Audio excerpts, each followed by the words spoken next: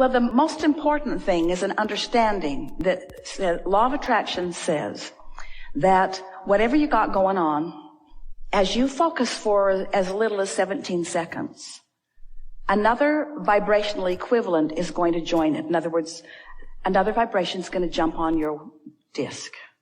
And each vibration that joins you causes the momentum to become more.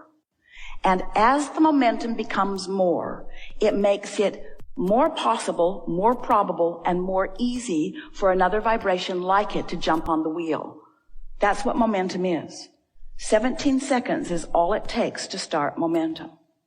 But the question is, so I've had 17 and 17 and 17 and 17 and 17. I've got a lot of momentum going. In fact, I'm feeling rage because I've been there so long. I have deprived myself of my alignment for long enough that now I'm feeling rage. So how can I slow that momentum? Well, you can't just jump up there. You just can't do it. Law of attraction's not going to help you in any way about that.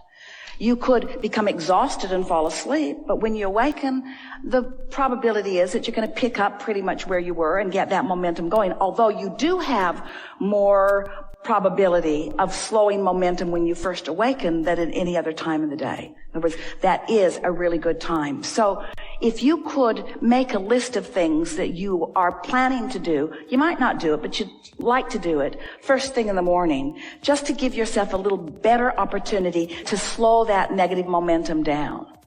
We want you to withdraw your attention from it because it's attention to it that equals the momentum. So if you take the subject and you try to think an opposing thought, it's not likely you're going to do it because it already has this momentum going. You're going to join that thought. So it's better for you to change the subject altogether with the interest or intention of getting momentum going in a better feeling direction.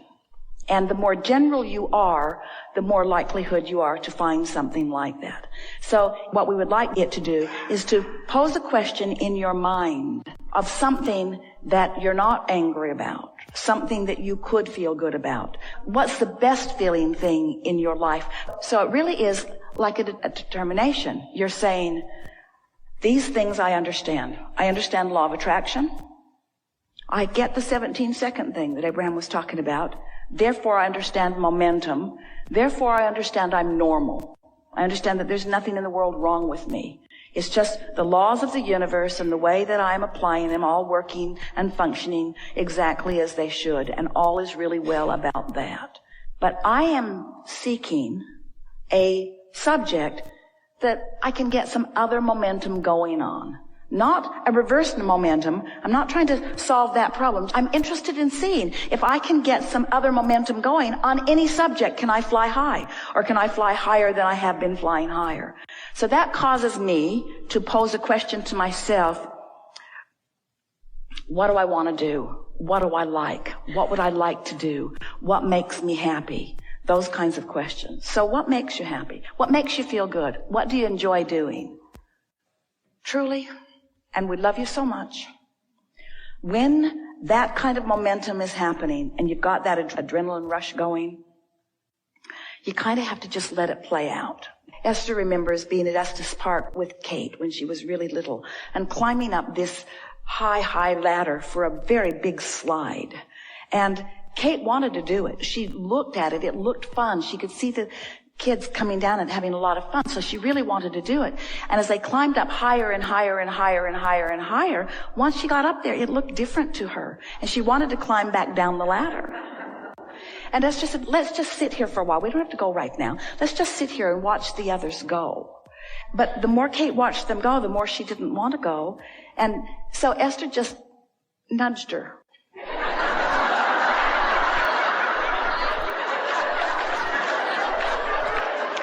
Because she knew that once the momentum started, that there was no turning back. And Esther did not want to climb down that ladder. So there is that sort of momentum thing going on. In other words, you've got momentum. And if you can get yourself to a place where the momentum serves you, that's really what you're wanting to do. You're wanting to focus in a way that a little good feeling momentum will serve you.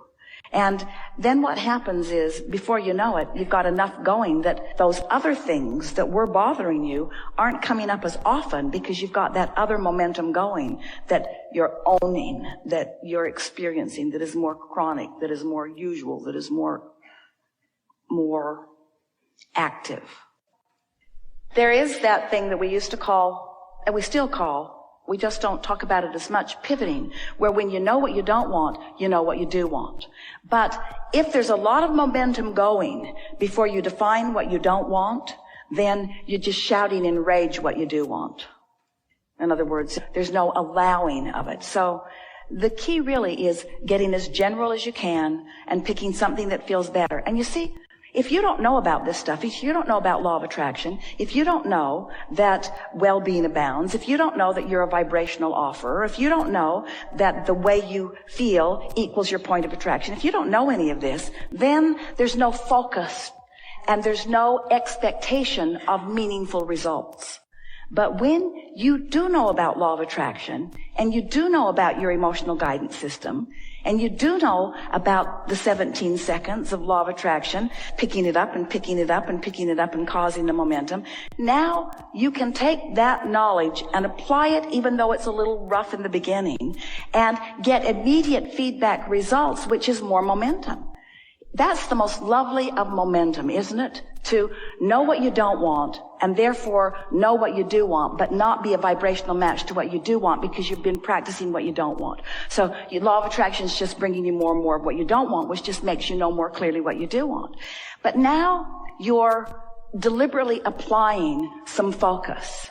And you've got a little bit of control over it because you're doing it in the early subtle stages. You're not waiting until the adrenaline's flowing and you're feeling rage.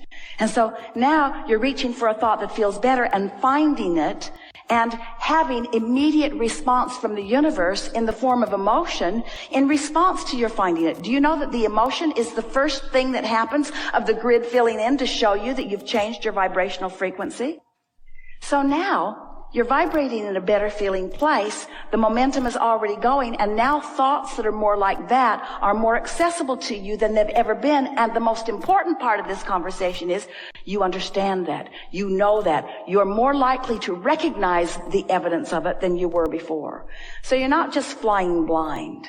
You're deliberately utilizing the laws of the universe. We applaud you because we don't see many of you defying gravity. You just don't get out there on your balconies and say, I'm going to test it. Instead, you let it work for you. You found all kinds of ways to let these laws of physics that have been established and do have momentum work for you.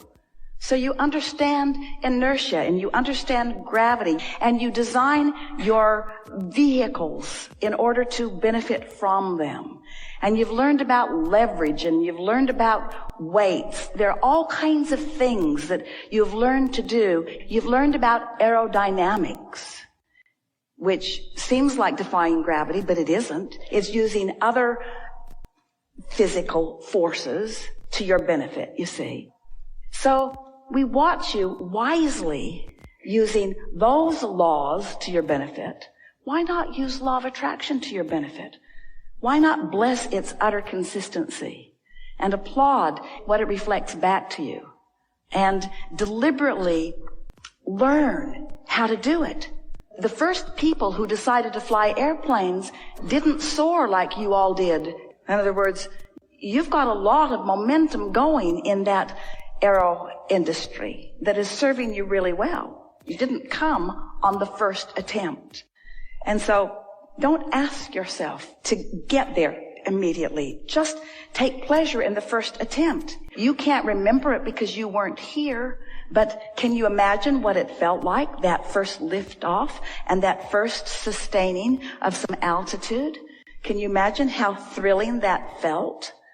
It was just the first step, and then more momentum and more momentum and more momentum came. But it's a gradual thing. It's gradual for all of you. And the universal forces are shoring you up and supporting you every step of the way, saying to you, this is where you are now. This is where you are now. This is where you are now. This is where you are now. And you're right. The more you say, I like this part of where I am, and I like this part of where I am, and I adore this part of where I am, and I like that over there where I'm not, but I still like it, and I like that over there where I'm not quite, and I like that too, and I like this where I am, and I appreciate this where I am. As you practice those vibrations, there will become momentum, and the momentum of a vibration is what makes it come easy to you. Until in time, no one can break your stride. You're just a thriver, looking for different opportunities and experiences in which to thrive. If you just foster your own and line up with the source within you and practice it until you own it, until it's steady and sure and therefore easy to come by because you've practiced it. What you're going for is harmony with the flow. Because life has caused you to put a lot in your vortex, and you're wanting to experience the flow of that. Do you ever get it done? You don't ever get it done. Do you ever get it wrong? Can't get it wrong. Can't get it wrong because it's never done. So why the intense score taking? Why the intense score taking on this ever evolving, ever expanding becoming? You say. Do you think that through life that you've come to good decisions? Do you think that you're still in the process of formulating those decisions? Do you think that you're in the process of modifying decisions? Don't you think that everybody else is too? Is it productive to try to, in any moment in time, understand everybody's decisions, understand your decisions, get it all lined up, and only go where the good decisions are? Is that even possible? That'll make you feel overwhelmed. That'll clog your pipes. Or does it seem more productive to just pay attention to your alignment, understanding that law of attraction will sift through all of the perspectives and all of the decisions and all of the vibrational points of attraction and all of the grids of all of the people that are all around, and that those in the vibrational vicinity of that which you are will, by powerful law of attraction, make their way into your experience for the enhancement of you and them and us and all that is. So do you really care? Is it important at all to sift through opinions? Is it important to change an opinion? Esther realized the other day, in a very intense effort to be understood, because she'd come to a decision that she knew with everything in her was the right decision for her. But she felt like others needed to be convinced about it. And the more she tried to explain to them, the more she clogged her own pipes, and the worse she felt, which made her feel like she had to explain more, until it just got worse and worse and worse and worse until the pressure tank is about to explode. Fortunately, you have sleep.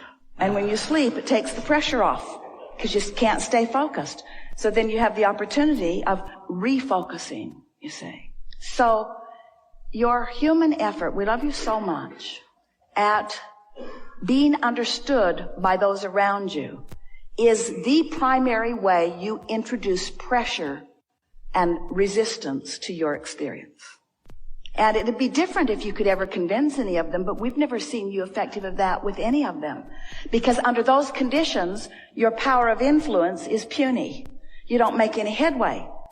All you do, jam up your pipe. They've got their pipes jammed up. Now you're all efforting and you're all mad at each other about it and you're not flowing. Meanwhile, you could be. See? Really good. We are